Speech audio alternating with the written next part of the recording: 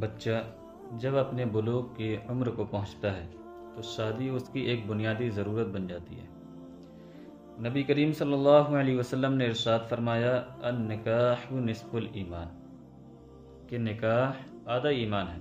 ایک جگہ فرمایا النکاح من سنتی، کہ نکاح میری سنت ہے۔ اس سے انسان کا گھر آباد ہوتا ہے۔ نکاح کے بہت سے مقاصد و فوائد ہیں، ان میں سے چند ذکر کیے جاتے ہیں۔ نکاح کا پہلا مقصد دلی تسکین کا حاصل ہونا ہے۔ اللہ رب العزت نے قرآن مجید میں فرمایا وَمِنْ آيَاتِهِ أَنْ خَلَقَ لَكُم مِّنْ أَنفُسِكُمْ أَزْوَاجًا لِتَسْكُنُوا إِلَيْهَا، اور یہ اللہ تعالیٰ کی نشانیوں میں سے ہے کہ اس نے تم سے تمہارے لیے تمہاری بیویاں بنائیں تاکہ تم سے سکون حاصل کرو، تاکہ تم ان سے سکون حاصل کرو۔ بیوی کو خاوند کے ذریعے سکون ملتا ہے اور خاوند کو بیوی کے ذریعے سکون ملتا ہے، کیونکہ شادی کا پہلا بنیادی مقصد تسکین قلب ہے، اور نکاح کا دوسرا مقصد پاک دامنی ہے۔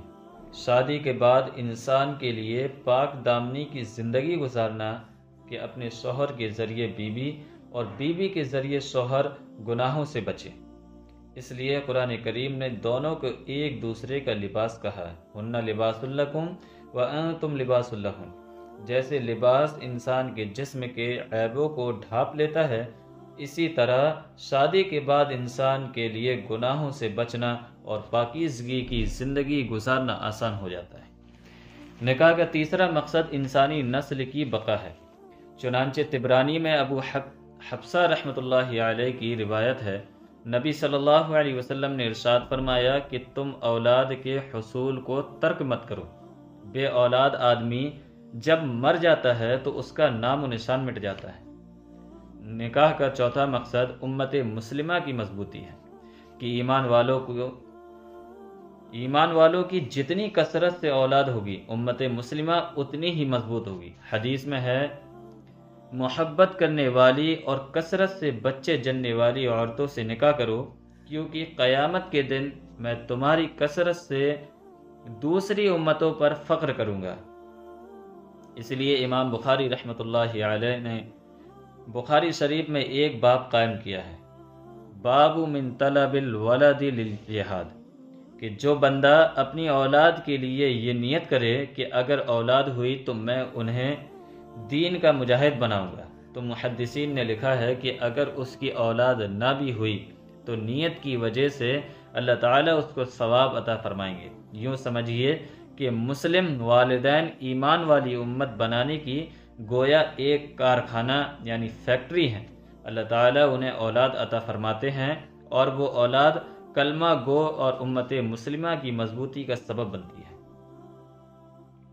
نکاح کا پانچواں مقصد رسول اللہ صلی اللہ علیہ وسلم کا دل خوش کرنا ہے۔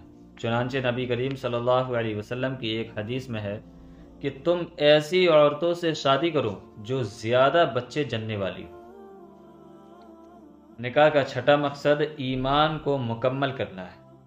چنانچہ نبی صلی اللہ علیہ وسلم نے ارشاد فرمایا النکاح نصف الایمان، نکاح آدھا ایمان ہے۔ شادی سے پہلے انسان جتنا بھی نیک بن جائے ابھی آدھے ایمان پر عمل کر رہا ہے۔ نکاح ہو جانے کے بعد اب ایمان کی تکمیل ہو جاتی ہے، اس لیے اللہ تعالی بندے کے اعمال کا اجر بڑھا دیتے ہیں۔ نکاح کا ساتواں مقصد یہ ہے کہ دونوں کو عزت مل جائے۔ جب شادی ہو جاتی ہے تو خاوند بیوی کے لیے عزت کا سبب بنتا ہے، بیوی خاوند کے لیے عزت کا سبب بنتی ہے، اور میاں بیوی ایک دوسرے کو محبتیں دیتے ہیں، محبتیں تقسیم کرتے ہیں اور محبتوں سے بھری خوشگوار زندگی گزارتے ہیں۔ نکاح کا آٹھواں مقصد شریک حیات کا ملنا ہے۔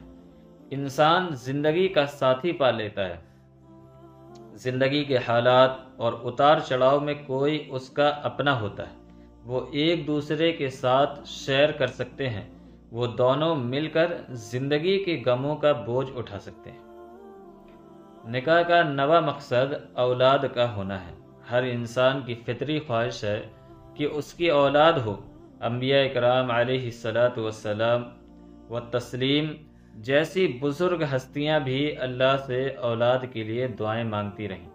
چنانچہ حضرت زکریا علیہ السلام نے دعا مانگی، ربی انی وہن العظم منی واشتعل الرأس شیبا ولم اکن بدعائک ربی شقیا۔ اے میرے پروردگار، اتنا بوڑھا ہو گیا ہوں کہ میری ہڈیاں بوسیدہ ہو گئیں اور میرے بال سفید ہو گئے، لیکن ابھی بھی میں آپ کی بارگاہ سے اس نعمت یعنی اولاد کے حاصل کرنے میں مایوس نہیں ہوا۔ میں ابھی بھی دعا مانگتا ہوں۔ دیکھیے، بڑھاپے میں بھی انسان کی یہ تمنا ہوتی ہے۔ اسی طرح ہر عورت کے دل کی فطری خواہش ہوتی ہے کہ اللہ تعالیٰ اسے اولاد کی نعمت عطا فرمائے۔ نکاح کا 10واں مقصد، نکاح کے ذریعے جو اولاد ہوگی اس کی صحیح تربیت کی جائے تو والدین کے مرنے کے بعد وہ اولاد ان کے لیے صدقہ جاریہ ثابت ہوگی۔ جیسا کہ حدیث میں ہے، جب انسان مر جاتا ہے تو اس کے تمام اعمال کا سلسلہ ختم ہو جاتا ہے، مگر 3 چیز کا ثواب اسے ملتا رہتا ہے: صدقہ جاریہ کا ثواب، علم نافع کا ثواب، نیک اولاد کے عمل یعنی ذکر و تلاوت، صدقہ، خیرات اور دعائے رحمت و مغفرت وغیرہ کا ثواب جو اس یعنی والدین کے لیے دعا کرتا رہتا ہے۔